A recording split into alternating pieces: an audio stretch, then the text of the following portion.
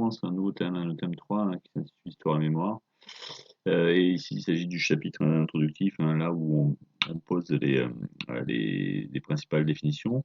Entre ces trois éléments, donc on va commencer par une étude de cas, hein, sur l'histoire de la Vendée à partir d'une vidéo que je vous montre et des questions de l'activité 1 que j'ai distribuée. Peut-on parler de génocide en ce qui concerne les massacres perpétrés au cours des guerres de Vendée? C'était à la fin du XVIIIe siècle. La question divise beaucoup les historiens. Nous en parlerons dans un instant avec l'un d'entre eux, Alain Gérard. Mais le débat pourrait bientôt prendre une autre dimension. 9 députés, dont 4 de notre région, ont en effet déposé une proposition de loi pour faire reconnaître ce qu'ils appellent, eux, le génocide vendéen. Une thèse soutenue notamment par un historien, Reynald Sécher, qu'ont rencontré Thierry Bercou et Luc Prisset. Tout débute avec ce pavé dans la mare écrit en 1985. Dans ce livre controversé, Reynald Sécher soutient la thèse que le peuple vendéen a été victime d'un véritable génocide. Selon cet historien, plus de 100 000 Vendéens auraient été massacrés au nom de la terreur, un crime d'État organisé par le général Turreau. Il s'agit bien d'exterminer tous les habitants résidant en Vendée militaire, et d'ailleurs pas seulement en Vendée militaire, parce que les habitants qui vont se réfugier dans les départements circonvoisins, comme par exemple dans l'Eure, sont condamnés à mort en tant que Vendéens. Et il s'agit d'exterminer de préférence les femmes et les enfants. Au sein des communes, 70 à 90% des gens exterminés sont des femmes et des enfants. Gracchus Babeuf, communiste avant l'heure, va même parler d'un populicide. Pour éliminer ces Vendéens qui aiment Dieu et le roi, on va utiliser des gaz et du poison, puis la guillotine et les noyades, avant de venir à la guerre civile. Toutes les preuves existent, registre des paroissiens exécutés, liste des maisons détruites, décret ordonnant le massacre. La Vendée est un laboratoire, elle a été conçue comme telle par Robespierre, et d'ailleurs, si Robespierre était resté au pouvoir, les méthodes utilisées en Vendée auraient été utilisées dans d'autres régions. La deuxième région qui était planifiée, c'était la Bretagne. 2 siècles après, les faits sont toujours gravés dans la mémoire des Vendéens. Aujourd'hui, des députés veulent faire reconnaître le génocide. Ils ont déposé une nouvelle proposition de loi. Jamais n'est venu de Paris le geste de la réconciliation. Ce serait un acte positif qui serait accompli et qui permettrait de tourner définitivement la page. C'est au procès de Nuremberg que la notion de génocide a été inventée et elle serait applicable rétroactivement pour les Vendéens. Hervé de Charette qu'on a vu dans ce reportage et qui, rappelons-le, est un descendant du général Charette. Pour poursuivre sur cette question, nous recevons Alain Gérard en plateau. Bonsoir. Vous êtes historien et chercheur à l'université Paris 4 Sorbonne et responsable directeur du Centre vendéen de recherches historiques. On a vu que la question divise beaucoup. Alors, est-ce que pour vous, il y a vraiment eu génocide en Vendée en 1793-94 ? Il faudrait s'entendre d'abord sur les faits. Que s'est-il passé en Vendée ? D'abord, une guerre en 1793. Ces gens qui voulaient conserver leur bon prêtre, comme ils disaient, résistaient à la dérive terroriste de la Révolution. Ils n'étaient pas pour autant des partisans de l'Ancien Régime. Ils ne se sont pas soulevés en 89. Et il y a eu une guerre contre eux, dont on peut parler, des horreurs, crimes de guerre, peut-être crimes contre l'humanité. Par contre, il faut faire bien la différence. À la fin de 93 et au début de 94, il y a eu, alors que la Vendée est battue, vaincue, prostrée. L'armée royale et catholique est complètement laminée, juste après ça venait. 5000 rescapés sur 80 000 personnes qui ont passé la Loire. Donc, il n'y a plus de guerre. Et c'est sur cette Vendée qui a prouvé l'infidélité de la Révolution par rapport à ses propres principes, puisqu'elle se réclame du peuple, et qu'ici, le peuple est contre, justement.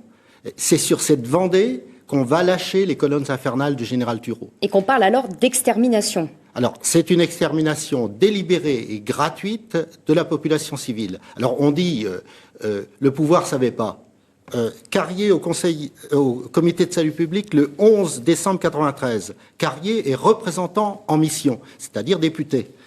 Aussitôt que la nouvelle de la prise de Noirmoutier me sera parvenue, j'enverrai un ordre impératif aux généraux Dutruy et Axot de mettre à mort dans tous les pays insurgés tous les individus de tout sexe qui s'y trouveront indistinctement et d'achever de tout incendier. Alors, l'idée qui nous vient lorsqu'on entend ces termes, puisque le mot extermination, il revient très souvent dans les textes de la Convention, dans les textes qui sont cités par plusieurs révolutionnaires, c'est le génocide. Seulement, le génocide, il a une définition très précise qui peut pas forcément s'appliquer à ces massacres. Alors, effectivement, il y a deux définitions possibles. Soit la définition de Nuremberg, mais qui ne s'applique pas aux Vendéens.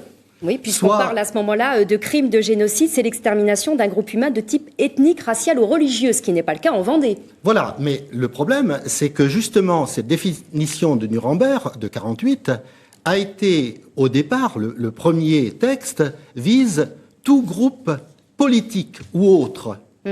Et ce sont les soviétiques qui pourraient être concernés par le goulag qui font évoluer le texte dans un sens qui ne peut pas leur être négatif. Donc le terme génocide, vous nous dites, il est difficile à appréhender aussi. Il est biaisé au départ par Nuremberg. En fait, mais juste avant de revenir sur Nuremberg, est-ce qu'on peut très rapidement dire, au-delà des termes qui ont leur importance, on peut quand même dire qu'il y a eu des massacres de très grande ampleur, des horreurs en Vendée? Plusieurs dizaines de milliers de personnes, le cas des Lucs est bien connu, 564 personnes qui ne demandaient rien, qui étaient paisiblement chez elles, dont 110 enfants de moins de 8 ans. Qui ne faisaient donc pas partie de l'armée royale et catholique, ce sont des civils. Surtout les enfants. Donc des horreurs irracontables. Ceci dit, la définition de l'État français actuel correspond effectivement à ce qui s'est passé en Vendée. Avec une définition très différente dans le code pénal, effectivement. On voit que le sujet est très vaste et nous essaierons d'y revenir un petit peu plus longuement dans un autre journal ou dans une autre émission. Merci infiniment Alain Gérard d'avoir répondu à notre invitation sur ce thème. Alors, donc cette vidéo va être intéressante à plusieurs titres. Donc, on voit d'abord que, loin dans une seule affaire historique, cette histoire de ce qui s'est passé en 1793, débouche sur une proposition de loi pour faire reconnaître un génocide vendéen. Donc, c'est aussi une affaire politique, prise en charge, on le voit, par des politiques qui vont quand même mobiliser des arguments, je dirais, presque juridiques. Bon, d'abord, génocide parce qu'il s'agit il y a beaucoup de morts, donc un crime de masse, qui est organisé par l'État et qui s'en prend non pas à des adversaires politiques, mais à la population civile, les femmes, les enfants, etc. Donc, des choses qui pourraient, selon ces gens, permettre de parler de génocide, et pour ça, ils s'appuient sur des preuves écrites, donc notamment la liste des gens qui sont morts, et aussi des documents prouvant à leurs yeux que ça a vraiment été un ordre décidé par l'État.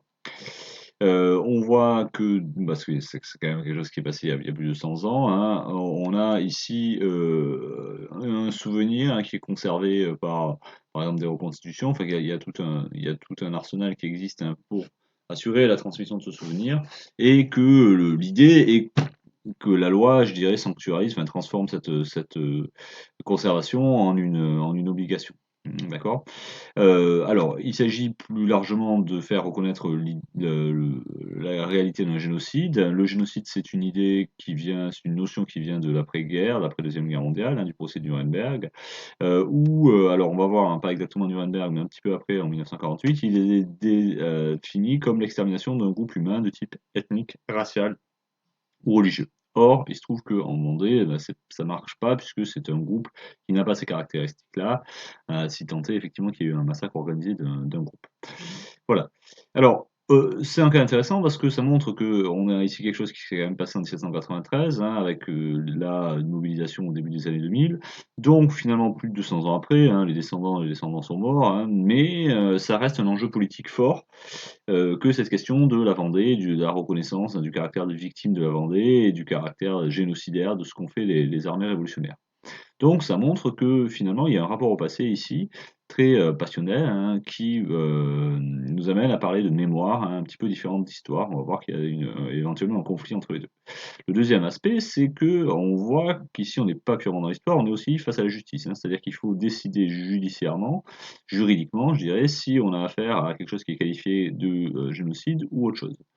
Donc, ce qui est intéressant, c'est qu'on a finalement, à côté de l'histoire, d'autres formes de rapport au passé, donc deux autres formes, la mémoire, on va définir ce que c'est, et la justice, qui vont interagir avec l'histoire, qui vont éventuellement être en concurrence avec elle, dans le cadre d'un rapport au passé, hein. Donc est-ce que, l'histoire est la seule enfin l'histoire apparaît à ce moment-là comme n'étant pas la seule modalité de rapport au passé, mais comme une forme parmi d'autres de rapport au passé et donc on va se demander justement comment se fait le rapport, hein, comment se fait le lien entre les 2. Est-ce que l'histoire est en concurrence avec les mémoires? Est-ce qu'à l'inverse, elle s'alimente à la mémoire? Et cetera. Voilà, donc quelles vont être, les, thématiques, hein, de ce thème et d'abord de cette introduction? Alors, on va donc commencer par voir en quoi on peut opposer 2 formes, hein, de transmission du passé, et donc étudier la différence entre histoire et mémoire et pour cela, on va aller voir l'activité numéro 2, donc qui à nouveau reprend ce dossier, hein, qu'on vient d'étudier avec une série de questions. Alors, première question, hein, que je posais, c'est pourquoi est-ce qu'on ne peut pas parler de génocide, selon cet historien? Pour 2 raisons, hein, donc génocide, ça veut dire un projet politique d'extermination d'un peuple, on l'a dit. Or, il n'y a pas de peuple vendéen, hein. La Vendée, c'était un département qui n'existait pas, enfin qui vient de juste d'être créé. Et il n'y a pas de projet d'extermination, hein, il s'agit selon lui d'un adversaire politique, hein, donc et d'ailleurs il y a des mesures de protection des civils, donc il parlerait plutôt de crimes de guerre, hein, à propos de ce qui s'est passé. Ce qui est intéressant, c'est de voir aussi à quel point la mémoire de la Vendée, hein, des événements, s'est transmise sur le long terme, hein, par différents biais. Alors d'abord immédiatement, volonté de dénombrer les victimes, hein, dès 1795. Il y a des témoignages lors des procès, puisque c'est quand même les coupables, disons, sont jugés, hein. Et dès 1802, on commence à avoir les premières synthèses, les premiers ouvrages qui racontent cette histoire de Vendée. Donc c'est immédiat.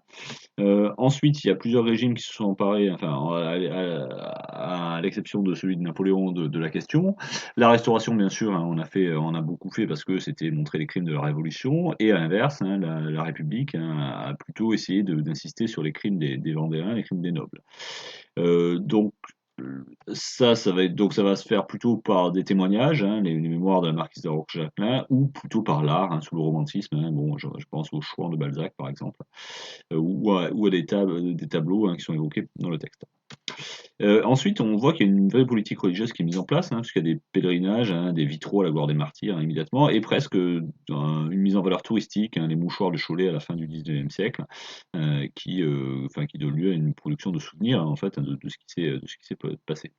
Donc, finalement, cultiver cette mémoire, ça peut être plusieurs choses, hein. Soit c'est bon, des objectifs de justice, hein, des objectifs purement artistiques, hein, dans le cas du romantisme, et en général, des objectifs qui sont politiques, hein. La Vendée est utilisée comme argument, un contre-camp politique, et c'est encore le cas actuellement. Alors, je vais vous proposer ensuite un tableau de synthèse, hein, sur ce que reprochait donc cet historien Jean-Clément Martin à René Sécher et donc ce qui l'oppose de sa pratique. Donc il lui repose d'abord de faire croire, hein, que les sources qu'il montre avaient été dissimulées ou sont inédites, hein, ce qui est totalement faux. La méthode de l'historien étant bien sûr de citer ces sources, mais aussi de les multiplier, de les croiser, hein, pour obtenir l'information la plus juste possible. Il lui reproche aussi de faire un récit qui finalement est guidé par l'émotion, hein, de mettre en avant sa proximité avec ce dont il parle, hein, ses ancêtres génocidés, comme il dit.